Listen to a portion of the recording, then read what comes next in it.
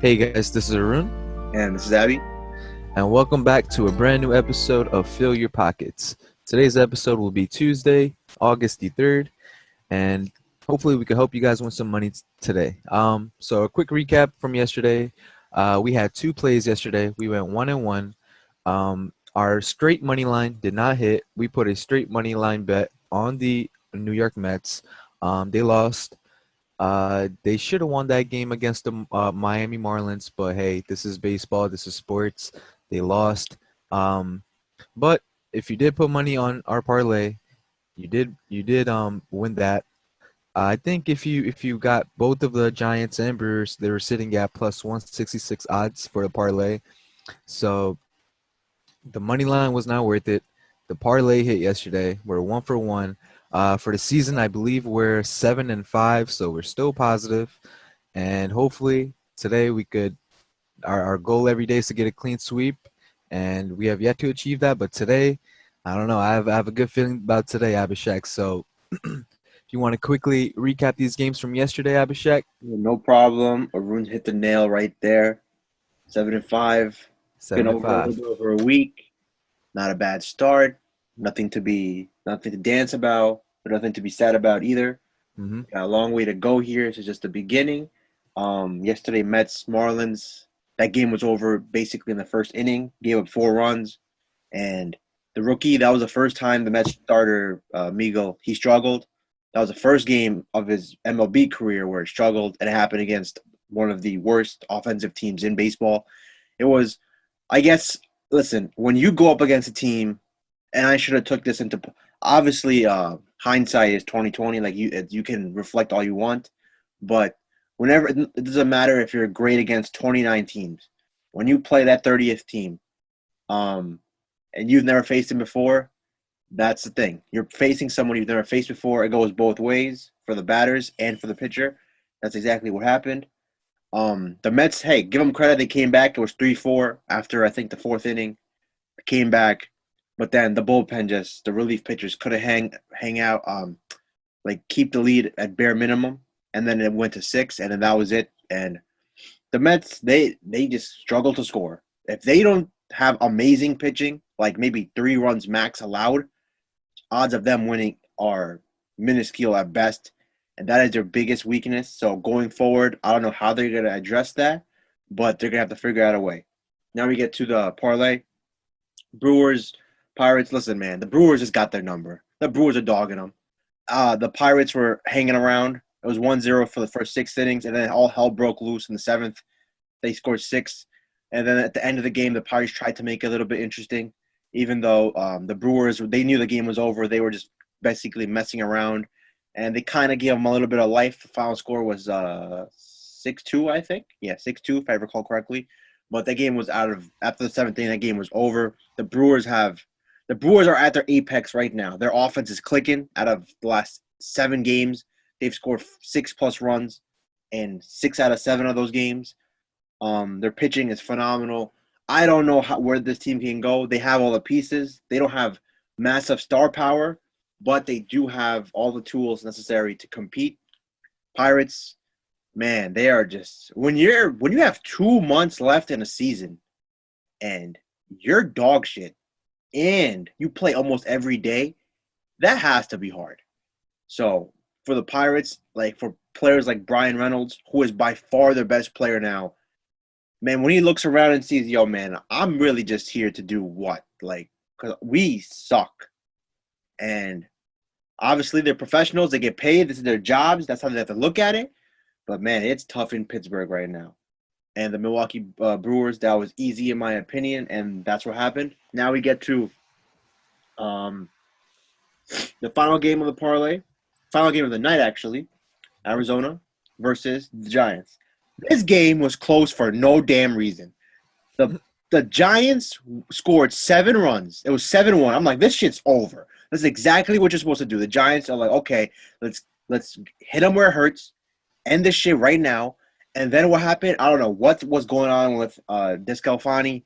He just let them back in the game. It was 7. They scored 6 runs in the fifth inning. Then they allowed the Diamondbacks to score 4. It's 7-5. We have a game again. Then it got to 8-5. Then it got to 8-8. I was like, yo, this is ridiculous. Like, this game should not even be even close to this 8-8 going into the ninth inning. Then went to overtime. And then obviously the Giants flexed their muscles and like, okay, playtime's over. Let's get this over with. And they scored 3 runs, and they didn't allow Arizona to score any runs. And the better team showed why they're the better team, and they prevailed. But that game was close for no reason, in my opinion. But like I said about Pittsburgh, Arizona, they get paid too. They professionals. They gotta feed their families. They gotta make a living, and then so they have to perform at times, no matter what their record shows. But at the end of the day, we good to go because we hit the parlay plus money, Yep. plus 116 odds, if I'm not mistaken. And, 166. Yep. and that's listen. As long as you're making money, as long as you're not losing money, I think you can live with that. Yeah, I agree. All right, so talking about money, let's make some money today, guys. So we got 5 games on for tonight's slate, tons of games on. Um, let's start with this first game of the night, 7:10 Eastern Time game. The Boston Red Sox are taking on the Detroit Tigers. Right now, the Red Sox are leading the season series against the Tigers, sitting at 2-1. And in this matchup, they are sitting as the favorites as well at minus 145 value, while the Detroit Tigers are sitting at plus value, plus 125. Abhishek, first game of the night, 7:10. Who you got? All right. There's multiple reasons I like this game. There's one big reason. I don't know. It's just that, listen, man, I can't see the Red Sox losing 5 straight games. They're on their longest losing streak of the season at 4. This team is competing for the division. They're 2 games behind Tampa Bay. They're one of the best teams in baseball. They hit a rough patch right now. Their bats aren't as hot as they were before, even though they have phenomenal guys in their lineup. We had an off day yesterday, which was, I feel, much needed. The pitching matchup here is nothing fantastic. It's not. I'm seriously like this is a pretty even pitching matchup, if not favoring the Tigers, to be honest. But I just cannot feel or fathom that the Red Sox are going to lose 5 straight. They know what's at stake. The Detroit Tigers are playing better than people thought they would this season, but they're still not a great team. The Red Sox, that off day was great in my opinion because if somehow Garrett Richards, who's the starting pitcher today, gets into trouble, that bullpen, which is phenomenal, will be able to come in and maybe take up 4 or 5 innings if necessary because they had an off day on Monday, which means all those arms got a lot of rest. And it's just I just can't see this team lose 5 straight. They haven't done it this year, and they know what's at stake. I understand this isn't in basketball or football or hockey or tennis or any of these other sports where you can try harder and it will help you. But in this case, I'm just listen, it's a feeling also. You gotta go with your gut at times. And the Red Sox minus 140 is phenomenal odds for these 2 teams. Mhm. When we get into the matchups, Garrett Richards, he overall season he has not been good. But the one thing you can hang your head on is he's better on the road than at home. His ERA is significantly lower on the road than at home. And then we get into Peralta for the Tigers. Hey, when he came back, he started off well when his season began. He started off well, pitching pretty good. But then his last 2 starts, he's given up 5 runs and 6 runs. So, and those were against teams that I think it was against the Royals and against the Minnesota Twins. Those 2 teams are not the Red Sox. So I feel hitting, batting, that goes to the Red Sox easily. Bullpen, because of the day off, goes to the Red Sox. Starting pitching, this is a straight even. I'm not giving either pitcher here an advantage. If I had to, I'd probably give it to the Red Sox because Garrett Richards is better on the road. Minus 140 odds. Listen, Red Sox, they can't lose. They cannot forget lose this game. They can't lose a game in this series. They know this is August. We're in the first week of August. They have to win because the Blue Jays made moves. They're trying to win, get back into his division. The Yankees, they made moves. They're trying to get back into his division. And the Rays, the former World Series representatives of the AL, they're still there. They're the number 1 team right now. They just swept your ass. You have got to get your shit together. I feel today they get it right. All right, so I think Abhishek is going with the Boston Red Sox. He thinks Yep. they're going to snap that 4-game losing streak. So All right, the first game of the night, we're going with the Boston Red Sox. Second game of the night, we have a 8:40 Eastern Time game. We have the Chicago Cubs taking on the Colorado Rockies. This is the first matchup of the season series, first of three. Then they play three matchups later on in the month. But the Cubs are sitting at plus value, sitting at plus 125, I believe, if the odds have not changed. Yeah, 125. And the Rockies are sitting at minus 135. Abhishek, second game of the night. Who you got, the Cubs or your Rockies? When you look at this game on paper, like just from like the two teams, you see two losing teams that aren't winning, um, or going anywhere this season. But when you really look into it, one team started off the season awful. That was the Colorado Rockies. The other team just sold. That started off also not great, but then got hot, and now they're just done. I think the Cubs are done. We all know why. They traded away basically their whole team. Chris Bryant gone. Baez gone. Kimbrel gone. Rizzo gone. Tepora gone. Chafin gone. The three best hitters and the three best relievers are all gone. This team is looking for the future, and they've lost, and that's representative by what they've done recently. They're 1-5 in their last 6 games, and they struggled against Washington. The Washington Nationals are the equivalent of the Cubs because the Washington team did the exact same shit as them. They traded away everybody basically except for one player, and they struggled against them. Um, their pitcher today, Zach Davies, he's been up and down all season. He'll give you a great start, and then he'll give you a four inning game, giving up 4 runs. He is just not. You can't rely on him, especially with the players you have defending him now and the lineup. Now we get to the Rockies. The Rockies are one of the best home teams in baseball, even though their record isn't phenomenal. They're 33-20 at home. The Cubs are 20-35 on the road. That is a drastic difference between the two teams.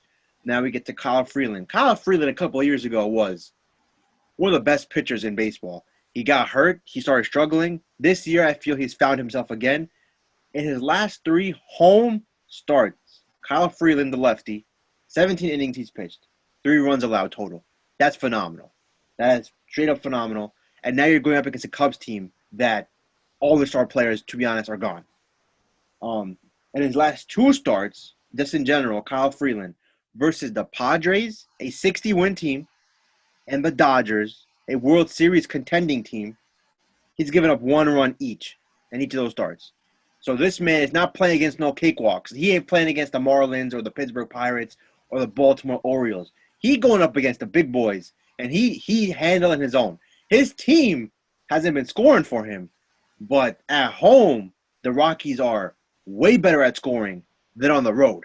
So Kyle Freeland, he's at home, at the crib. The Rockies are better at the crib. I don't know why. Obviously, Colorado, that whole air dynamic, that Coors Field is open. I understand it's probably the most weird ballpark in the country. So with that said, there's no way in hell you could tell me at 140 odds, 125 or whatever Arun said, that the play here is not the Rockies. You can't make me pick the Cubs. You cannot. All right, so Abhishek is not confident in the Cubs in this game. So we're going to lean towards the Rockies.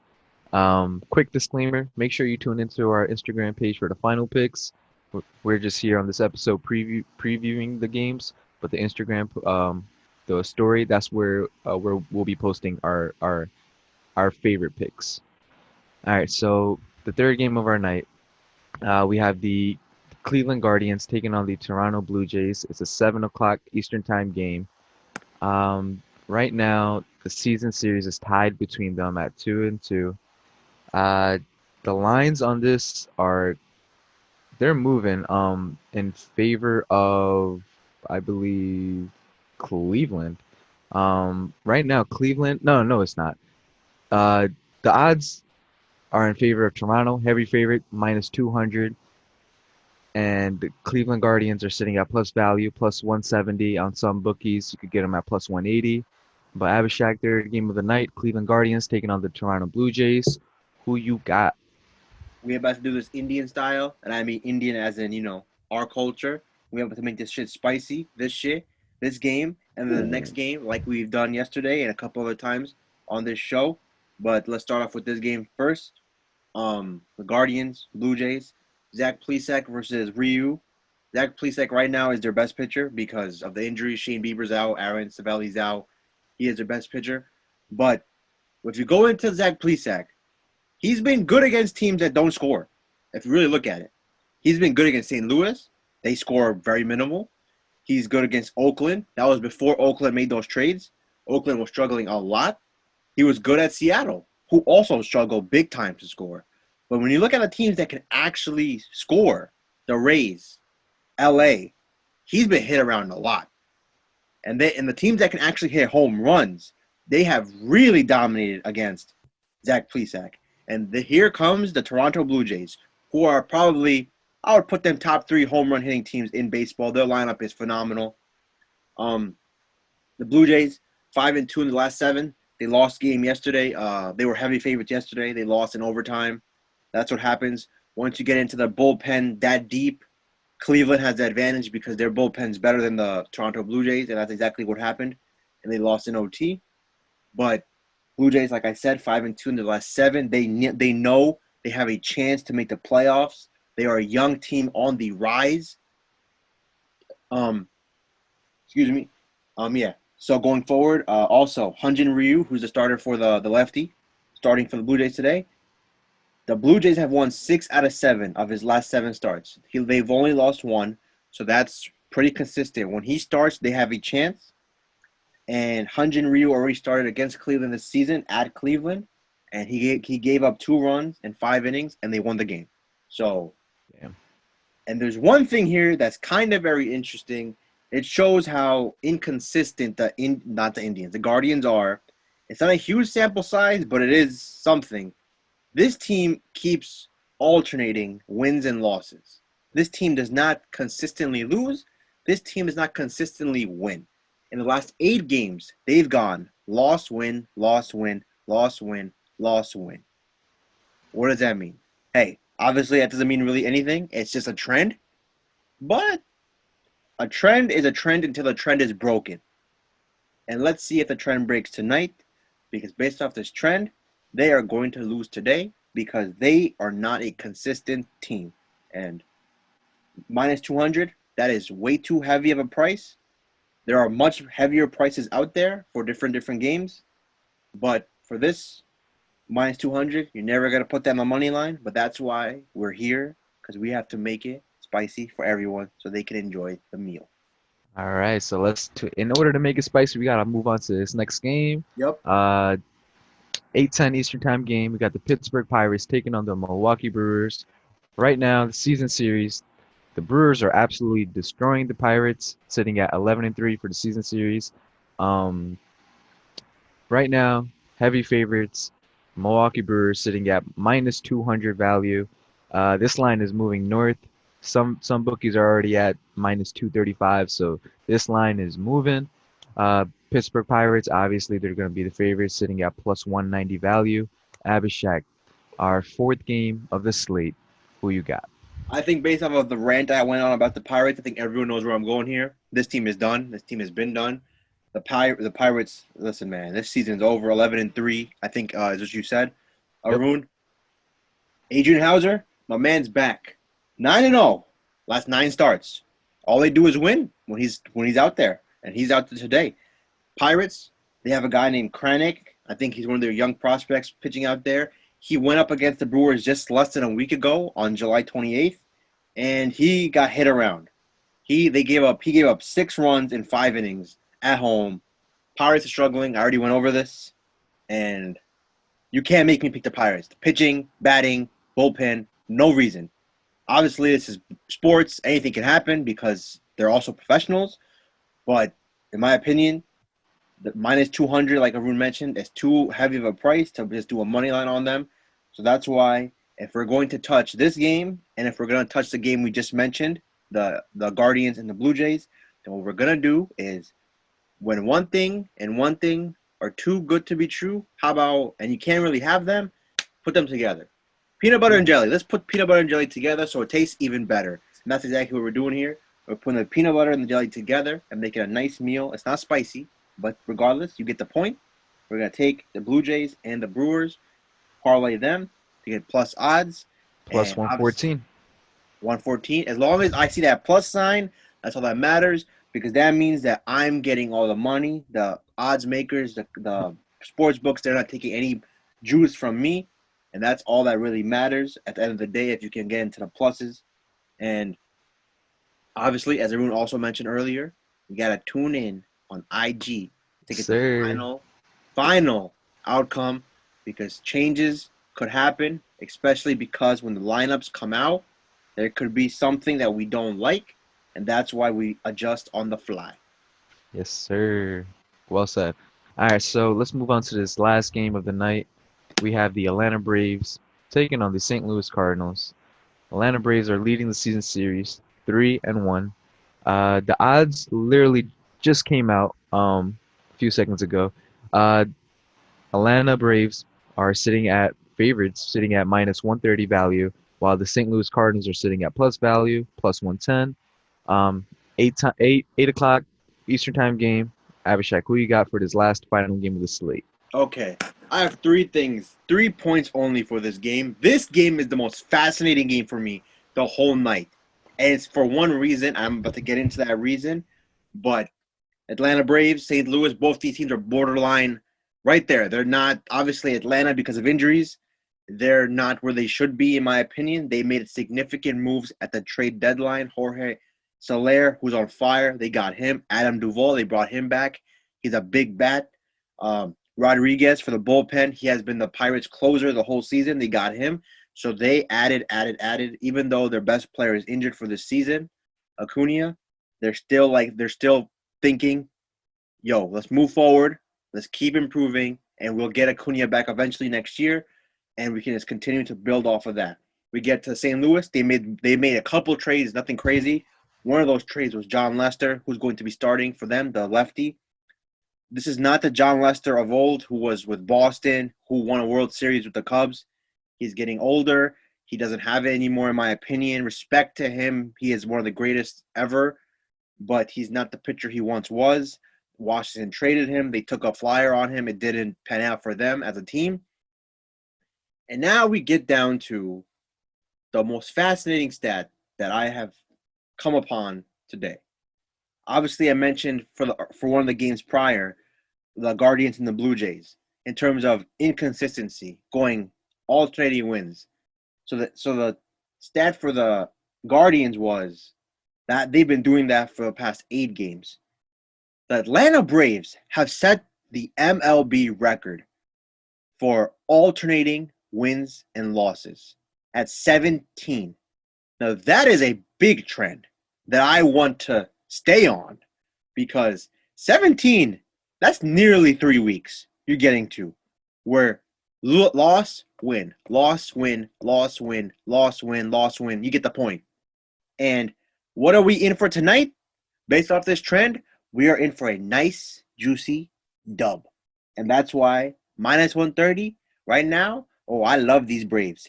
Not just because of the matchups, not just because of the lineup, not just because of what they represent, not just because John Lester is not that good anymore, not just because St. Louis is not a great scoring team, but because I have a trend and I'm going to ride that trend because that's what you do. Until the trend goes away, you should ride it.